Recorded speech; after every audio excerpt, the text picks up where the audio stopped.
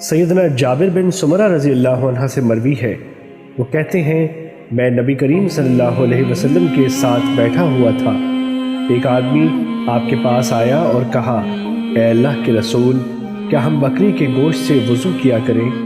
آپ صلی اللہ علیہ وسلم نے فرمایا اگر تو چاہے تو وضو کر لے اور چاہے تو وضو نہ کرے۔ اس نے کہا تو کیا ہم اونٹ کے گوشت سے وضو کیا کریں؟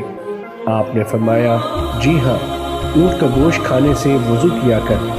اس نے کہا کیا ہم اونٹوں کے باڑوں میں نماز پڑھ لیا کریں؟ آپ صلی اللہ علیہ وسلم نے فرمایا نہیں۔ اس نے کہا کیا ہم بکریوں کے باڑوں میں نماز پڑھ لیا کریں؟ آپ صلی اللہ علیہ وسلم نے فرمایا جی ہاں، بکریوں کے باڑوں میں نماز پڑھ لیا کر۔